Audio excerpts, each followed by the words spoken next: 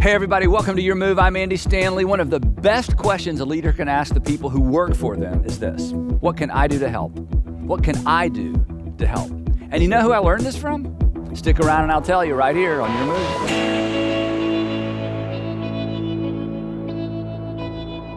Move. Today, we are introduced to what I think is perhaps the most powerful, the most transformational, certainly the most inspirational leadership principle on the planet. Every single leader that you know, that you have respect for, every single leader that you respect actually practices this principle, and every leader that you don't respect doesn't. And you can lead without it, but you will not be a leader worth following without this principle.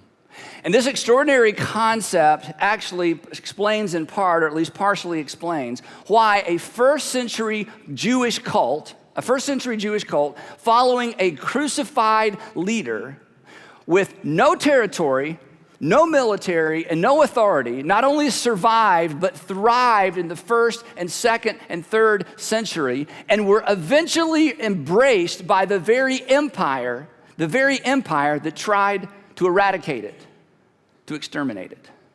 We've said throughout this series that Jesus came into the world to introduce something brand new to the world and something brand new for the world. That what Jesus came to introduce was a radical departure of everything that was in place. It was a radical departure of the ways of the kingdoms of this world, including the way that the world exercised authority and leadership. And on the religious front, it meant that Jesus had to replace everything that was in place, because the religious systems of the first and second century, in fact, the religious systems of every century, the religious systems even of this century, are oftentimes predicated upon or built upon the very structures of the kingdoms of this world. In other words, they're all top down. But the value system and the movement that Jesus came to begin and launch, the brand new thing, the brand new movement he started, would actually be upside down. Now, back to our story. The miracle that caused the most disruption during Jesus' ministry was when he raised a man named Lazarus from the dead. This is a very famous story. If you grew up in church or Sunday school, you've at least heard of it before. The reason it was so disruptive and the reason it caused such controversy is that Lazarus was a well-known man within the city or the village of Bethany. But not only that, Lazarus was known outside the village of Bethany. But the thing that made the reason this miracle caused quite a stir, or such a stir, wasn't that Lazarus was dead. He was like dead. Like he was already embalmed and entombed dead. They had already had the funeral dead. This wasn't I'm not sure she was dead and he raised her back to life. They'd already sung the song, hired the mourners. They were finishing up the funeral when Jesus finally showed up. In fact, it's one of the most astounding narratives in the whole New Testament. You should read it for yourself, because Jesus finds out Lazarus is sick and his guys get up going, hey, let's go to Bethany because surely you're going to heal your friend Lazarus. And Jesus says, sit down. We're not going. And they're like, what? It's so disturbing. Jesus shows up at the end of the funeral and raises a man from the dead who's already been entombed. In fact, this was such a big deal that Bethany actually became a tourist attraction. We're going to see in just a few minutes. People went to Bethany to try to do a Lazarus sighting because this story spread all over the place. In fact, the scripture says that the word about Lazarus being raised from the dead spread rapidly. And some of those who spread the word went to the Pharisees and told them what Jesus had done. So this went all the way to Jerusalem. The temple leaders heard about this. Then the chief priest and the Pharisees called a meeting of the Sanhedrin. And here's what they concluded at their meeting. They said this: what are we accomplishing, they asked. Here is this man performing many signs. Now, in our vernacular, we talk about Jesus performing miracles, but these guys were clued in. Jesus was not simply performing random miracles. Jesus was performing signs, and a sign points to something. And these guys understood what Jesus was pointing to. He was pointing to something entirely new. And here's what they concluded. And how arrogant this statement is. If we let him go on like this, everyone will believe in him. And what will the problem be? What's the consequence of that? Because they understood something we miss. And if everyone follows him and if everyone believes in him, eventually the Romans will come and they will take away our temple and they will take away our nation. Because what Jesus is introducing is radically new.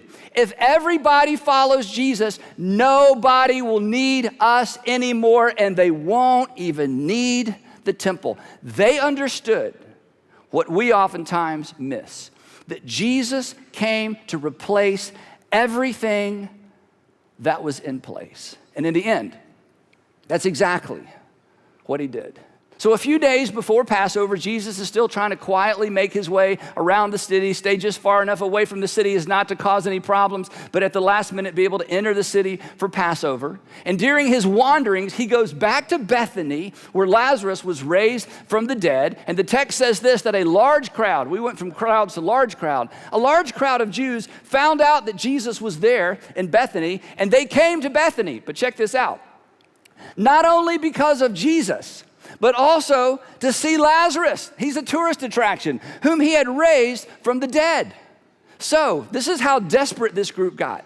So the chief priests made plans to kill Lazarus as well. Why? Because he's evidence that something new has happened. He's evidence that this is a real thing. It's evidence of the fact that Jesus is about to overwhelm the entire religious system if they don't do something to stop him. For on account of him, Lazarus, many of the Jews were going over to Jesus and believing in him. Now, this is a very important point that's not the point of the message, but I don't want you to miss this. Because some of you have abandoned Christianity, you grew up in faith, you walked away, and because the version of faith you grew up on was a version where you just had faith in faith, and you just had to believe, and you checked your mind at the door, and you checked your intellect at the door, and you checked your science at the door, and you checked your justice at the door, and you just had to believe and believe and believe. And I just want you to know, first century Christianity, the original version, was not about believing in belief. It was evidence-based. The reason people began to follow Jesus was not faith. The reason they began to follow Jesus was something they saw. The text goes on. It says this. So the next day, a great crowd that had come for the festival, that's Passover in Jerusalem, heard that Jesus was on his way to Jerusalem. So the point of all this is everybody's talking about Jesus. In fact, Jesus at this point might have been a little more popular than Passover itself. People in the city are looking for him. People outside the city are following him. There's so much emotion. It's beginning to crescendo and build and build and build. So the Pharisees and the Sadducees and the group that were trying to arrest him, they said, look, this is getting us nowhere. Look how the whole world has gone after him. They had no idea. Here's what happened.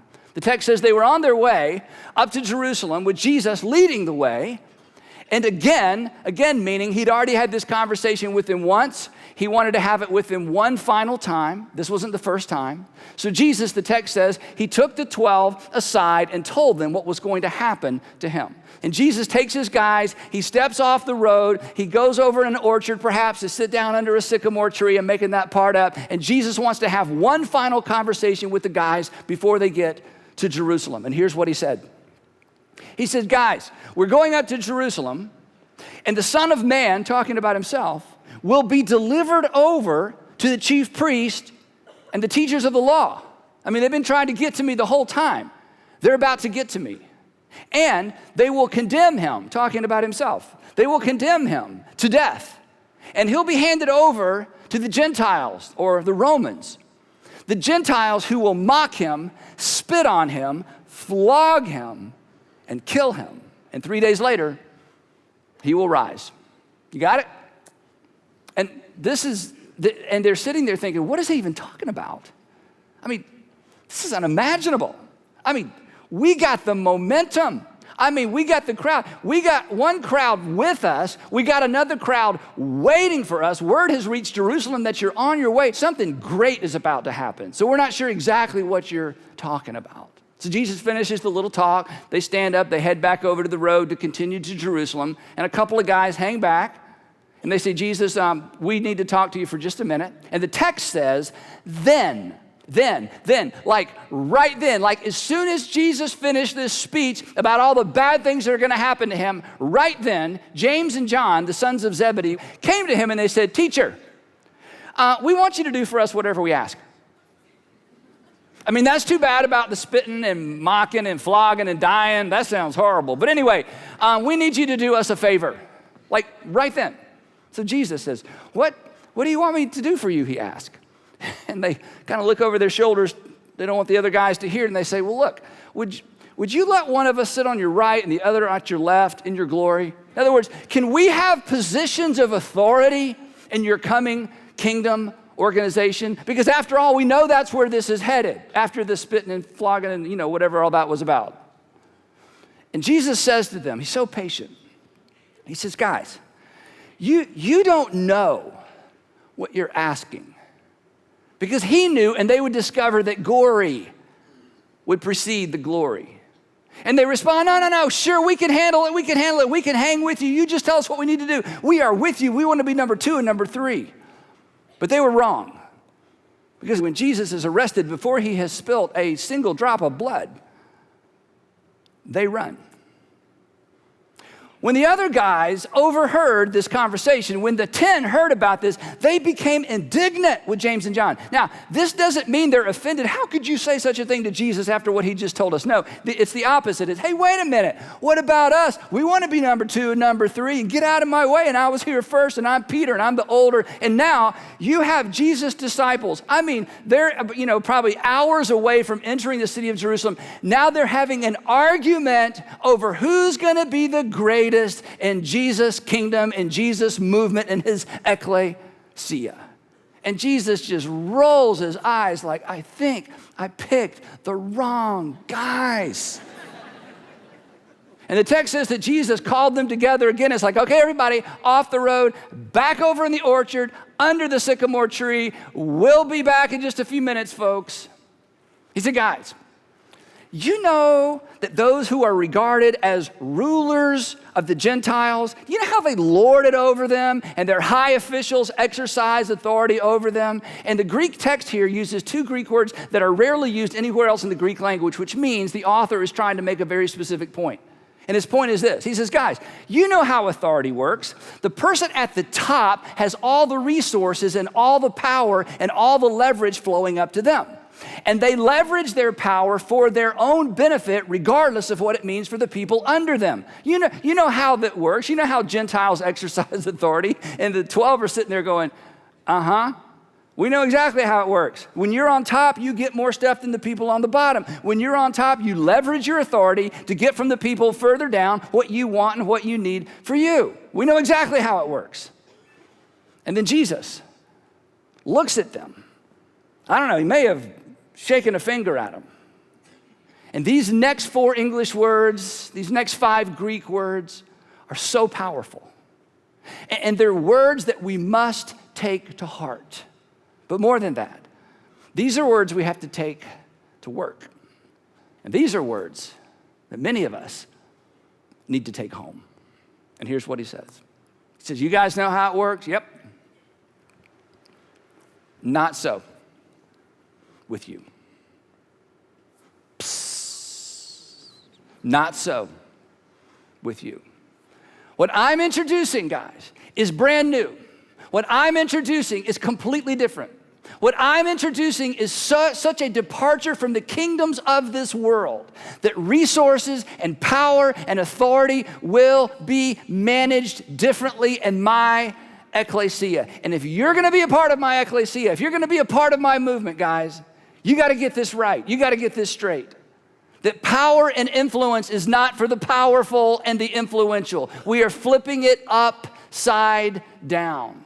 In my movement, the power and influence will be used for a different purpose and with a different person in mind. Instead, he says, whoever wants to be great among you, pause, whoever wants to be great among you, and I think he could have looked at them and said, okay, guys, do you want to be great? And 2 of them had already tipped their hat. Do you want to be great? Okay, if you want to be great, raise your hand, guys. All of them are like, We want to be great. Good, as he said, it's good to want to be great. If you want to be great, if you want to aspire to greatness, if you want to be an official, if you want to be a leader, if you want to be somebody with influence, that's great. How many of you want to be great? And finally, all their hands are up. While their hands are up, he says, okay, in my kingdom, this is how it works. Whoever wants to be great must be your servant. All the hands came down. They shuddered. They looked around. Wait, servant. See, for us, servant's a concept. For them, they knew servants. Their families, many of their families had servants. Matthew, the tax collector, had a lot of servants. And Jesus said, if you're going to be great in my movement, then you must take the position of a servant. That is, you go to the back of the line. To which they thought, that's not fun. To which Jesus could have said, I'm not done. And it gets worse. And whoever wants to be first must be slave, servant. At least they get paid. Must be slave of all. That's the back of the line. And they're quiet. Jesus says, you want to be in my deal?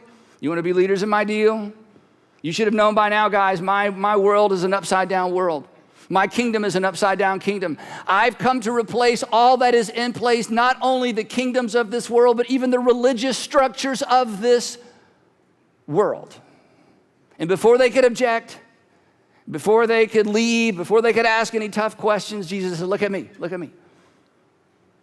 For even the Son of Man, talking about himself, for even the Son of Man did not come to be served, but to serve and to give his life a ransom for many. My opinion, I think every Christian should memorize this statement. I think every Christian leader should memorize this statement. I think if we got this right, something would happen in our communities. I know it would happen in our families. But this is Jesus saying, guys, let me take all your excuses away. I am your leader, and even I did not come to be served, but to serve and to give my life a ransom for many. And they had no idea what was coming. They had no idea that he literally meant he was going to lay down his life.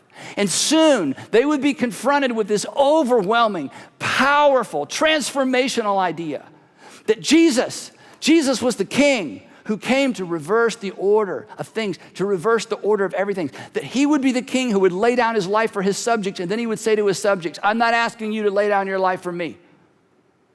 I'm asking you to lay down your life for one another. And the amazing thing about this is that these guys got it. In fact, Matthew, Mark, Luke, John, the four Gospels. After John, we get to the book of Acts that tells us what happened after the resurrection. In the book of Acts, there's a problem in the church, the early church. You know what the first problem in the early church was?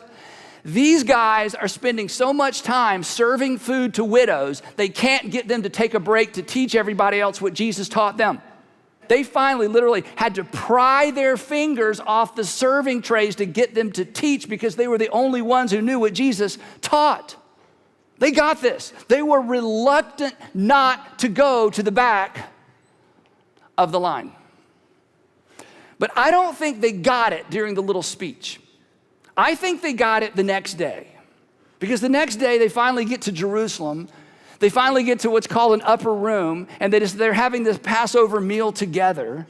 They've just come through a parade of people shouting, Hosanna, Hosanna, Hosanna. I mean, they are close to Jesus, and people are essentially proclaiming Jesus, Messiah, in Jerusalem on Passover. I cannot exaggerate the emotion and the controversy this created in the city of Jerusalem. They are famous. They are sought after, and now they're together celebrating Passover, and they can just imagine what the next day may hold for them, as Jesus surely is about to proclaim himself king. And they're eating the Passover meal, and Jesus is saying some odd things, and then Judas went to run an errand nobody really understood, you know. And suddenly Jesus stands up, and he takes off his outer robe, and he wraps a towel around his waist. The text says he took off his outer clothing and wrapped a towel around his waist. And when he did, they panicked. They panicked because they knew what he was about to do. They panicked because none of them had thought to wash even their own feet, much less one another's feet. None of them had taken it upon themselves to find a servant to wash feet. They were so excited. This was such a heady moment. There was so much going on. And suddenly Jesus stands up and takes off his rabbinic robe and doesn't proclaim himself Messiah. He puts a towel around his waist. And they're like, okay, we may have forgotten to do this, but there is no way in Hades, is how they said it. There's no way in Hades we're about to let you wash our feet. In fact, Peter said, no, you shall never wash my feet. But he did. Washing feet takes a while. Washing 12 pairs of feet takes a long time.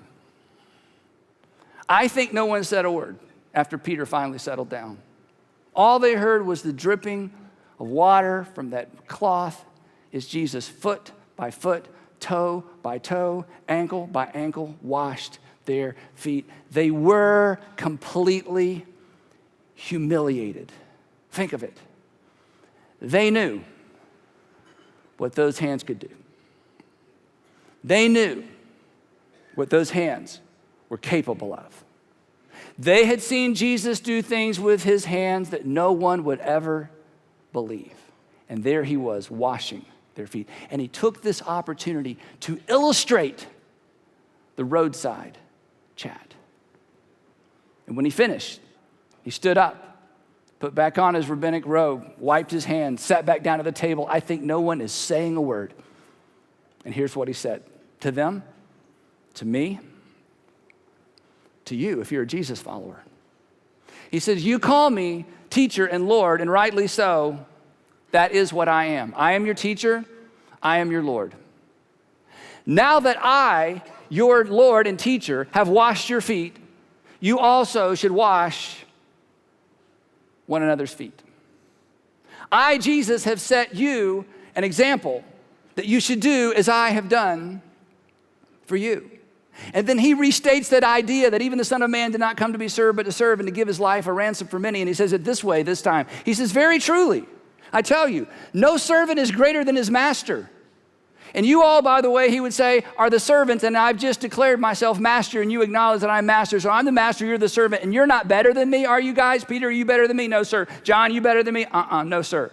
Well, if you're not better than me, then you can never use who you are as an excuse not to serve the people around you, because I just serve them not simply as a servant, but as a slave.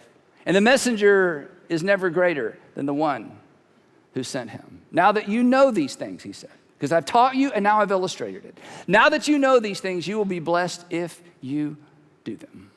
In other words, guys, when you start thinking you're a big shot, you just go find some more feet to wash. Guys, don't ever forget this night.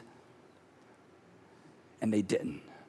In fact, in the years following the resurrection of Jesus, the persecuted church did just that. In fact, the others' firstness of the first century church was so strong and so out in front that it was actually appalling to the Roman and Greek culture that celebrated strength and victory and conquest. The idea that these people would put other people first, that they would leverage what they had for the sake of other people, that instead of using their power to become more powerful, they would use their power to empower people. This was appalling. It was completely upside down. But over time, it actually became appealing, and people flocked to the Jesus movement. Christians refused to abandon sick people. Christians refused to abandon the villages when the plague swept through and took just about everybody in the village out. And they refused to run because Christians were not afraid of death. And they took in abandoned and exposed children. And that compassion and their generosity and their others' firstness and their willingness to give and recognize the dignity and the equality of other people was staggering. And eventually it became contagious. And like an airborne disease, Christianity spread all around the empire and even to over the borders into barbarian tribes. And against all odds, a cult with a crucified leader with no territory and no military and no authority was eventually embraced by the empire that set out to destroy it. What if we just do that? It's not intuitive. It's not natural. It's so upside down. It requires me to look for an opportunity to go last. But let's be honest. When you see it, you admire it. When you see it, you seek it. And if you've ever had the opportunity to follow someone who models it, you respect them. And Christians, we are called to it. And I think when it comes to going to work tomorrow, I think when it comes to going home this afternoon, I think when it comes to, okay, what does this look like in my world? I think it all boils down to a simple question. It's a simple question that we should ask in every single environment and in every single relationship. It's a question that as a leader, I get asked often, but I don't ask often enough. It's a question that if you're the leader, you're the boss, you're the manager, you run the franchise, you're the person, you're the man, you're the woman, you probably get asked this question a lot. You probably don't ask it enough. But in the upside down world that Jesus introduced to this world, it's a question that those of us with more authority and more power and more influence should ask the most. And it's this question: how can I help? How can I help? How can I leverage me for you? And as a Jesus follower, we should ask this question most, and we should ask this question often, and we should ask this question of the people who least expect it, and perhaps who may feel like they least deserve it. And if you do, you will be like your Father in heaven, who looked down on this self-centered, me-first world and asked, what can I do to help? And then he sent his Son not to be served, but to serve and to give his life a ransom for many. And then he looks at you in the eye and he looks at me in the eye and he says, now, Andy, you just lost your excuse. Go do for others what I have already done for you. Imagine what would happen in your family. Imagine what would happen in our community. Imagine what would happen in our nation if just the Christians fully embraced this idea. My friends, it rocked the world once. Perhaps it could change the world